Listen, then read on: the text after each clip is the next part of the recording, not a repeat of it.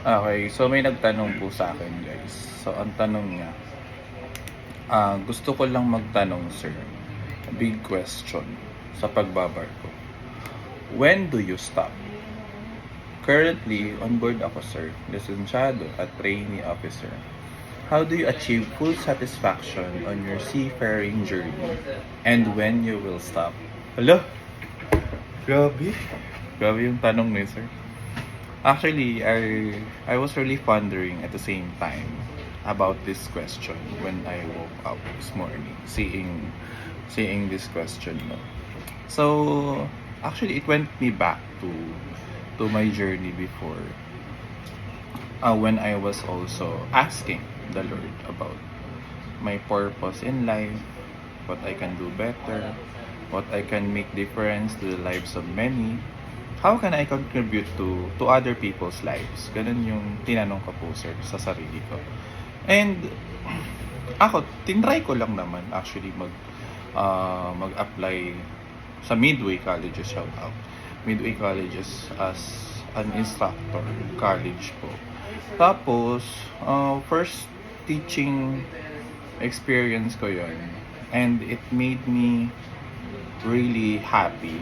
Yung may self-fulfillment ka sa loob ng puso mo ba, na hanggang ngayon nandun pa din yung passion, burn ng teaching.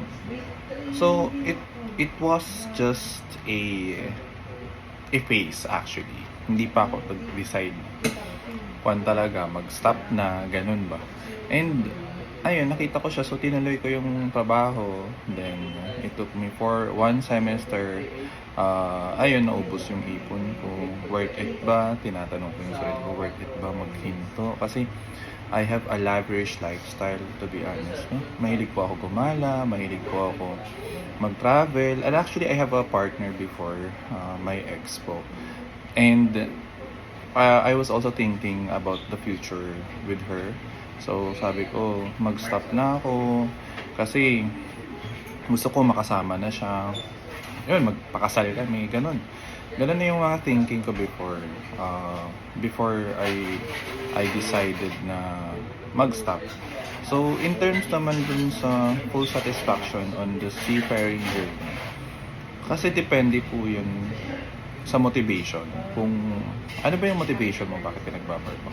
Ako kasi before, yung motivation ko is mapaaral ko yung mga kapatid ko. I am a breadwinner, and until now, I do. So, most of my siblings are already successful, I believe. Mga pulis na po sila, may mga pamilya na din. Tapos, meron pa akong pinapaaral noon, college, nursing. So, yun, mahirap din po yung magdesisyon ka agad-agad tapos wala kang backup plan. And I don't have any investment during this period ng pag-stop ko. Ngayon lang na parang tumaas na yung sahod ko, practically na-fulfill na yung lifestyle ko. So, ganun yung naging motivation ko bakit ako nagbarko. And I saw them na okay na parang sabi ko sa nanay ko, ma, pwede ba piliin ko naman yung gusto kong gawin? So, tinanong ko siya. And she is really very supportive to my decision na subukan yung trabaho dito sa office na to. So, actually, ito yung talagang nagbigay sa akin ng good income. And I do part-time sa school. So, yun. No? So, bago talaga kayo makapag-desisyon na tumigil sa pagbabarko, isipin yung mga different factors and variables when you can stop. And seek guidance to the Lord. Mag-pray kayo na eto ba, kaya na ba, pag tumigil ba ako, mabubuhay ba pamilya ko, yung mga anak ko, mapag-aaral ko ba. Mga ganun po yung thinking natin. Kasi as we grow older, mag-iiba po yung priorities natin. Hindi na po yung sarili natin yung priorities. Kundi yung, for example, kung may anak ka, yung anak mo na, isa-set aside mo na yung sarili mo. Sa case ko kasi, ang priority ko yung pamilya ko, yung mga kapatid ko.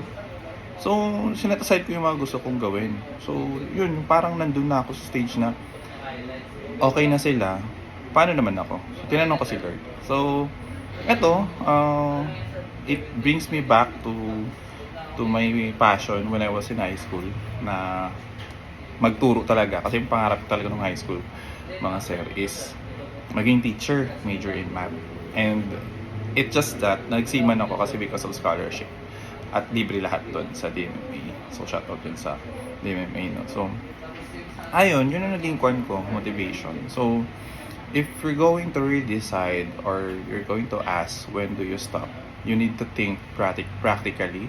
Wag lang puso-puso to ngayon, ha. Kasi sa akin, puso-puso yung dati eh. Ito yung gusto ko talaga gawin. It's just that I was very blessed na I was redirected to this company and I got promoted. And I have a good pay at the same time. And ayan, nagko-content din ako ngayon. So, may pare-pareha din yung sahod doon. Pero yung mga kinikita ko sa content ay yung tulong ko siya sa mga estudyante ko. Ngayon po kasi yung mga monetization sa page ko is binibili ko ng triangle. So kung pag may inahandle ako ng estudyante, hindi din sila bibili ng mga triangle kasi may triangle na kami. Meron na din kaming divider. So yun, kompleto na po dun sa con ko, sa klase ko, no? Sa school. So yun siya. When you are going to be at peace, no, mas mapayapa yung puso mo, sir. Doon mo masasabi na pwede na huminto. When you find contentment, kasi that's what I have right now. I'm very content to what I have. No, itong pagko-content na to is just another blessing that really God gave me. No, kasi dati naman hindi ako sikat eh. So, ayan. No, so when you find contentment and peace to your heart, then you decide to stop. And practically, you are already established, such as meron ka ng bahay. Ako kasi meron akong bahay ngayon. I live in a condo and I have my own means of transportation. I have my motorcycle. So, of course, I'm very content with what I have. But if ever I'm going to seek more, it's another be a blessing from the Lord. No? Pero ngayon, I'm very happy to where I am right now. I'm very blessed, I believe, and I'm very fulfilled, no, sa mga ginagawa kong pagtuturo. So sana po, sir, na nasagot yung tanong mo. Thank you. God bless.